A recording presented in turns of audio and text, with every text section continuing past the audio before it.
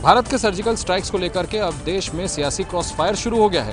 आज राहुल गांधी के जवानों के खून की दलाली के बयान को लेकर के बीजेपी और कांग्रेस के बीच सियासी बमबारी हुई। जो हमारे जवान हैं, जिन्होंने अपना खून दिया है, जम्मू कश्मीर में जिन्होंने अपना खून दिया है, जिन्होंने हिंदुस्तान के लिए सर्जिकल स्ट्राइक किया है, उनके खून के पीछे आप छुपे हुए हो, उनकी आप दलाली कर रहे हो। मौत के सौदागर कहने के बाद गुजरात में 2/3 बहुमत से भाजपा जीती थी। जहर की खेती करने के बाद पूर्ण बहुमत से भाजपा की सरकार बनी थी।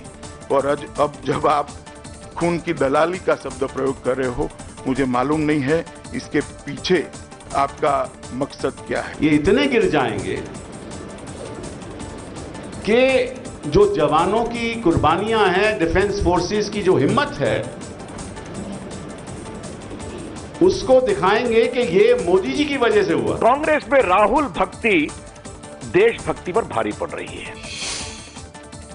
सवाल तो ये है कि आप में क्यों उत्साह नहीं आता है, आप में क्यों आनंद नहीं होता है, आप क्यों गौरव महसूस नहीं करते हो। उसमें अगर आपको आपत्ति है तो मुझे तो लगता है कहीं मूल में ही खोट है। इनके खिलाफ मर्डर के मुकदमे हों, वो आज हमें बताएंगे कि राहुल गांधी के मूल में खोट है। 50 साल से अधिक देश में शासन करने वाली पार्टी की तरफ से अधिकृत प्रेस कॉन्फ्रेंस इस तरह का नहीं हुआ होता। राहुल का बचाव देश के बचाव से अधिक जरूरी है। अब तक सबूत की रट लगाने वाले अरविंद केजरीवाल कैसे राहुल गांधी के जवानों के खून की दलाली वाले बयान को लेकर पलट गए, दिखाएंगे आपको आगे। राहुल गांधी के खिलाफ आज बीजेपी ने पटना और वाराणसी में प्रदर्शन किया। अमित शाह ने कहा, सबूत मांगने वाले पाकिस्तान में मची हलचल देखें। सवाल तो हम पूछना चाहते हैं, बॉफोर्ड से लेकर एम्ब्रायर तक किसने दलाली की, कोयले से लेकर 2G तक किसने दलाली की। आज शायद ये हमले होते ही नहीं अगर जैश-ए मोहम्मद पैदा नहीं होती। जैश-ए मोहम्मद को पैदा किसने किया? भाजपा ने। कांग्रेस के इस वक्तव्य पर सबसे अधिक खुश ISI होगी।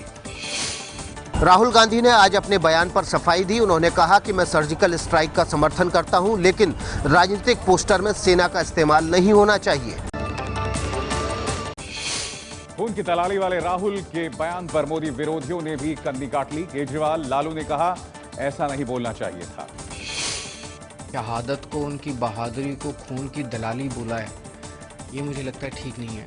इसकी कड़ी निंदा करते हैं। हमने कहा ठीक से नहीं बोल पाए, नहीं रख सकते। राहुल गांधी ठीक से मैटर को नहीं रख पाए। मायावती ने भी सर्जिकल स्ट्राइक को लेकर बीजेपी पर सियासत करने का आरोप लगाया है। राहुल गांधी के बयानों पर शहीदों के परिवार भड़के। कहा, राहुल से ऐसे बयानों की उम्मीद नहीं थी। आज तक जितने भी बयान उसने दिए, कोई भी बयान जो है राजनीति के काबिल नहीं। कांग्रेसियों का काम क्या है? बेफोर्स दलाली, दूसरी दलाली, किसी भी घोटाला दलाली इनका काम है। और जो चोर है, मेरा हिसाब से जो चोर है उसको चोर ही देखेंगे सब के सब। राहुल गांधी ये लोग हैं, ये लोग दलाली कर रहे हैं अपना। कांग्रेस भी ये लोग हैं जो लोग अपने दलाली कर रहे हैं। दलाली इसलिए कर रहे हैं कि हम लोग को पाकिस्तान से कमाई होगी। नहीं चाहिए ऐसी सेना को जो मनोबल बढ़ रहा है और ऐसी गलत बात कह रहे हैं, तो क्या कह सकते हैं। आप अगर हमारे सामने आए तो हम तोड़ने जवाब दे सकते हैं। इसमें तो शर्मिंदा का बात है ना, सोचने का चीज़ है। जब अपना आदमी अपना को ही साथ नहीं दे रहा है तो फिर उन पे भरोसा ही आगे के लिए क्या करना है। उधर सर्जिकल स्ट्राइक्स का सबूत मांगने वाले केजरीवाल पाकिस्तानी सोशल मीडिया में #पाक स्टैंड्स विद केजरीवाल नाम से ट्रेंड करते रहे। 2 साल के भीतर आतंकियों के घुसपैठ को रोकने और सीमा पर पाकिस्तान की साजिशों को नाकाम करने के लिए सरकार अभेद्य दीवार बनवाएगी। सरकार ने दिसंबर 2018 तक पाकिस्तान से सटी सीमा को सील करने का लक्ष्य रखा है। इजराइल और फिलिस्तीन के बीच जैसे दीवार बनी है, वैसी ही दीवार अब भारत और पाकिस्तान की सीमा पर बनेगी। जहां फेंसिंग नहीं है और नदी नाले हैं, वहां पर इलेक्ट्रॉनिक सर्विलांस लगाने के निर्देश दिए गए हैं। इसके अलावा इलेक्ट्रो ऑप्टिक सेंसर लगाए जाएंगे जो लेजर वाल की तरह होंगे, यानी दिखेंगे नहीं लेकिन घुसपैठ होते ही अलार्म बज जाएगा। इंडो पाक सीमा को दिसंबर 2018 तक पूरी तरह से सील कर दिया जाए। भारत और पाकिस्तान के बीच 3,323 किलोमीटर लंबी सीमा है, जो 4 राज्यों जम्मू कश्मीर, पंजाब, राजस्थान और गुजरात तक फैली हुई है। खुफिया एजेंसियों के सूत्रों के हवाले से आज आई है एक बड़ी खबर। पाकिस्तानी सेना भारतीय जवानों पर हमला करने की फिराक में है। सूत्रों के मुताबिक पाकिस्तानी आर्मी के स्पेशल सर्विस ग्रुप के जवान सीमा से सटी भारत की पोस्ट पर तैनात जवानों पर हमला कर सकते हैं। इसके लिए स्पेशल सर्विस ग्रुप की बॉर्डर एक्शन टीम का इस्तेमाल पाकिस्तान कर सकता है। ये खबर पहले ही आ चुकी है कि नवंबर के महीने में रिटायर होने वाले पाकिस्तानी सेना प्रमुख राहिल शरीफ भारत से सर्जिकल अटैक का बदला लेना चाहते हैं। दुनिया में अलग थलग पड़े पाकिस्तान का नया पैंतरा कश्मीर मुद्दे को अफगानिस्तान से जोड़ा। वॉशिंगटन में नवाज शरीफ के विशेष दूत सेनेटर मुशाहिद हुसैन सैयद ने शुक्रवार को कहा, काबुल में शांति की सड़क कश्मीर से होकर जाती है। आप जब शांति की बात करते हैं तो इसे खेमों में नहीं बांटा जा सकता। आप एक हिस्से को इससे अलग नहीं कर सकते। ऐसा कैसे हो सकता है कि काबुल में शांति हो और कश्मीर जलता रहे। दूसरी ओर अमेरिका ने कहा है कि कश्मीर विवाद खत्म करने के लिए भारत पाक के बीच बातचीत होनी चाहिए जिसका कोई नतीजा निकले। खास बात यह है कि अमेरिका ने पाकिस्तान को आतंकी देश घोषित करने से इनकार कर दिया है। हालांकि उसने आतंकी शिविरों को खत्म करने की जरूरत बताई है। दिल्ली में 2 कश्मीरी आतंकियों के घुसपैठ को लेकर अलर्ट जारी किया गया है। खुफिया एजेंसी के सूत्रों के मुताबिक दक्षिण कश्मीर के 2 आतंकियों के दिल्ली आने का शक है। अंदेशा है कि किसी कॉमर्शियल गाड़ी के जरिए ये दोनों आतंकी दिल्ली में घुसने की फिराक में हैं। इसलिए टोल प्लाजा पर कॉमर्शियल गाड़ियों की गहनता से जांच की जा रही है। दक्षिण कश्मीर वही इलाका है जहां के आतंकी बुरहान वानी का सेना ने एनकाउंटर किया था। बगदादी का एजेंट देश में जजों और विदेशी पर्यटकों को निशाना बनाने से पहले गिरफ्तार हुआ। आईएसआईएस के गढ़ मोसूल में आतंक की ट्रेनिंग लेकर भारत लौटा तमिलनाडु का सुभानी हाजा मोइदीन विस्फोटक और हथियार जुटा रहा था। इंटरनेट के जरिए वो आईएसआईएस के संपर्क में भी था। मकसद जजों और विदेशी सैलानियों को मारना था। पूछताछ में पता चला कि 2015 में मोसूल गया सुभानी आईएसआईएस का आतंकी बना था। उसे $100 हर महीने मिलते थे। भारत लौटने पर सुरक्षा एजेंसियों की आंखों में धूल झोंकने के लिए सुभानी ने नई नौकरी भी शुरू की थी, लेकिन असलियत जल्द ही सामने आ गई। भारत के सर्जिकल अटैक की भड़ास अब देश विरोधी कश्मीरी सेब के जरिए निकाल रहे हैं। हरियाणा के सिरसा में कश्मीरी सेबों की पेटियों से 2 ऐसे सेब निकले जिन पर काले स्केच पेन से भारत विरोधी नारे लिखे थे। एक पर इंग्लिश में we want freedom, we are freedom fighter from Kashmir Pulwama लिखा है, जबकि दूसरे पर एक नाम लिखा गया। देश विरोधी नारे लिखे हुए सेब मिलने के बाद स्थानीय लोगों ने पाकिस्तान के खिलाफ नारेबाजी की। सुप्रीम कोर्ट में केंद्र सरकार ने 3 तलाक को बताया गैर संवैधानिक, कहा इससे महिलाओं के हकों का हनन होता है।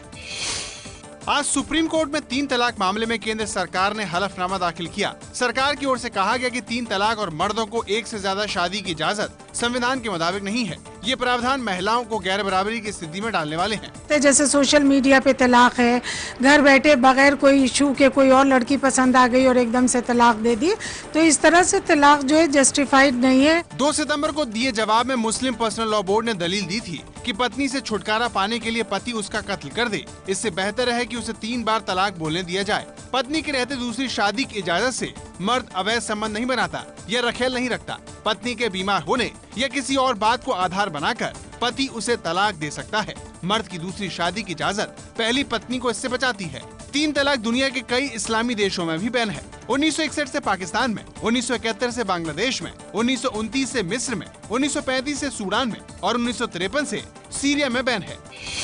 3 तलाक को समर्थन करने वाले मुस्लिम पर्सनल लॉ बोर्ड का कहना है कि सामाजिक सुधार के नाम पर पर्सनल लॉ को नहीं बदला जा सकता। मायावती को गाली देने के आरोप में बीजेपी से निष्कासित हुए दयाशंकर सिंह की पत्नी स्वाति सिंह को पार्टी ने बड़ा पद दे दिया।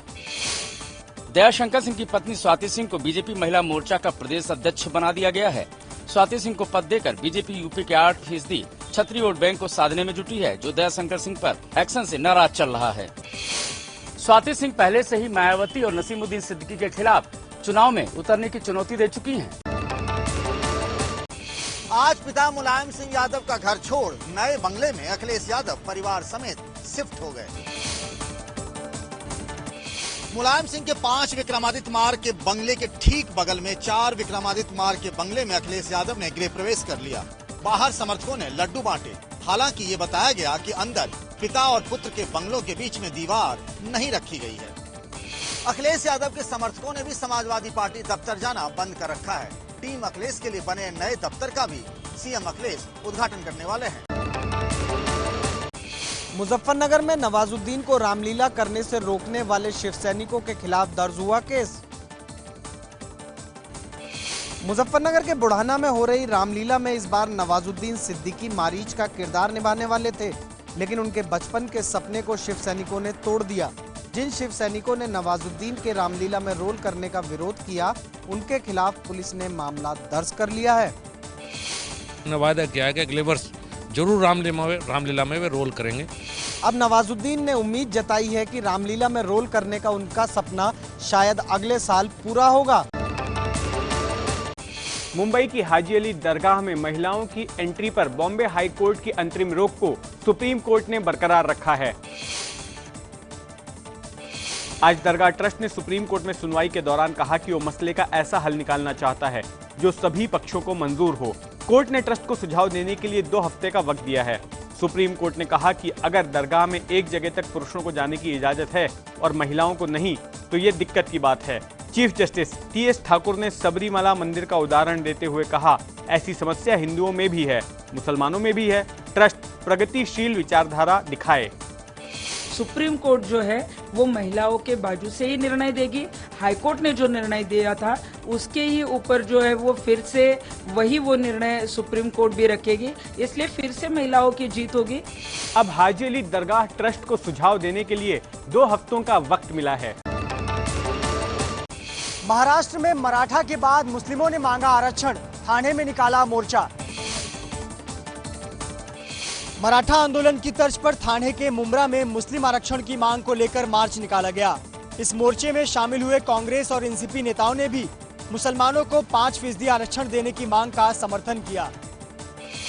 जो मुसलमान बाकी जो गरीब मुसलमान है, जो शिक्षा नहीं पाते, ऐसे जो मुसलमान हैं उनके लिए 5% रिजर्वेशन दीजिए, मराठाओं को दीजिए, ऐसा ही हमारा कहना है। कांग्रेस एनसीपी की सरकार ने मुसलमानों को आरक्षण देने का ऐलान किया था, उस पर हाईकोर्ट ने रोक लगा दी थी। बाद में फडणवीस सरकार ने इसे हटा दिया। एबीपी न्यूज देखकर पीएम मोदी ने विराट कोहली की तारीफ की। स्वच्छ भारत अभियान के लिए ट्वीट कर दी बधाई। एबीपी न्यूज के जरिए पूरे देश के साथ पीएम ने भी इंदौर में विराट कोहली का स्वच्छता अभियान देखा। हमने दिखाया था कि कैसे विराट कोहली ने नेट्स के दौरान मैदान पर बिखरी बोतलों को बारी बारी कूड़े के ड्रम में डाला। एबीपी न्यूज पर यह खबर दिखाए जाने के बाद पीएम ने ट्वीट कर विराट को बधाई दी। एबीपी न्यूज पर क्लीन इंडिया मूवमेंट में आपका योगदान देखा। ये छोटा लेकिन बेहद अहम कदम है, ये सभी को प्रेरणा देगा। पीएम की सराहना का विराट ने भी जवाब दिया, शुक्रिया सर, हम सब अपने देश को बेहतर करने के लिए कुछ न कुछ करते रहते हैं, हमें आपसे प्रेरणा मिलती है। विराट इससे पहले 2 अक्टूबर को अपनी पूरी टीम के साथ कोलकाता के ईडन गार्डन स्टेडियम के आसपास सफाई कर चुके हैं। विराट कोहली ने आज साबित कर दिया है कि वो सिर्फ क्रिकेट के मैदान पर ही नंबर 1 नहीं है, सफाईगिरी में भी उनका कोई जवाब नहीं है। खत्म हो गया आईफोन के दीवानों का इंतजार। IPhone 7 launch. भारत में स्टोर्स पर आईफोन 7 की बिक्री शुरू हो गई है। आईफोन 7 को अब तक का बेस्ट आईफोन माना जा रहा है। बनावट और आकार के हिसाब से आईफोन 7 पिछले आईफोन की ही तरह है, लेकिन एप्पल ने डिजाइन और फीचर्स में कई बदलाव किए हैं। इसकी कीमत 60,000 से 82,000 रुपए के बीच है। 7 सितंबर को अमेरिका के कैलिफोर्निया में लॉन्चिंग के बाद आईफोन 7 अब तक 60 से ज्यादा देशों में लॉन्च हो चुका है। 2 शहरों में 6 संदिग्ध मौत से सनसनी। गोवा के फ्लैट में मिली सेलिब्रिटी इत्र विशेषज्ञ की लाश। संदिग्ध मौत की आज पहली खबर मेरठ से आई, जहां एक व्यापारी के पूरे परिवार ने खुदकुशी कर ली। बताया जाता है कि आत्महत्या से पहले पूरे परिवार ने हवन और पूजा की थी। पुलिस को शक है कि जान देने के पीछे कर्ज की वजह हो सकती है। वहीं गोवा में 39 साल की सेलिब्रिटी इत्र विशेषज्ञ मोनिका घुर्डे का शव उनके ही फ्लैट में मिला। पुलिस को मोनिका की हाथ पैर बंधी निर्वस्त्र लाश मिली। पुलिस को आशंका है कि डकैती के बाद उनके साथ बलात्कार किया गया और उसके बाद उनकी हत्या कर दी गई। हाई प्रोफाइल केस देखते हुए पुलिस ने मोनिका के जान पहचान वाले और उनके पड़ोसियों से पूछताछ शुरू कर दी है। नोकिया को खरीदने वाली कंपनी माइक्रोसॉफ्ट के एक बड़े अधिकारी का दावा, अफगानिस्तान में नोकिया के फोन ने गोली झेलकर बचा दी एक शख्स की जान। माइक्रोसॉफ्ट में जनरल मैनेजर पीटर स्किलमैन ने अपने दावे के साथ ट्विटर पर यह तस्वीर पोस्ट की है। तस्वीर में नोकिया के पुराने हैंडसेट 3310 में घुसी एक गोली दिख रही है। स्किलमैन के मुताबिक घटना अफगानिस्तान की है। इस हैंडसेट के मालिक पर करीब से गोली चलाई गई, जो कुर्ते की जेब में रखे इस हैंडसेट में फंस कर रह गई। स्किलमैन ने उस शख्स की पहचान जाहिर नहीं की है, लेकिन उनके ट्वीट के बाद नोकिया के फोन को बुलेट प्रूफ जैकेट से बेहतर बताते हुए कई कहानियां सोशल मीडिया पे लोग शेयर कर रहे हैं। राजस्थान में उफनती बरसाती नदी में बहा युवक बाल बाल बची जान। तस्वीरें राजस्थान के सिरोही जिले के पिंडवाड़ा की हैं। जरा सड़क पर उफनती बरसाती नदी के बहाव को देखिए। इस दौरान सड़क पार कर रहे इस युवक का संतुलन बिगड़ा और वो तेज बहाव में बह गया। गनीमत रही कि बहते हुए वो किसी तरह नदी के किनारे जा लगा और जान बच गई। उफनती बरसाती नदी में अचानक पानी का स्तर बढ़ जाने का खतरा बना रहता है, लिहाजा ऐसा जोखिम जान का खतरा भी हो सकता है।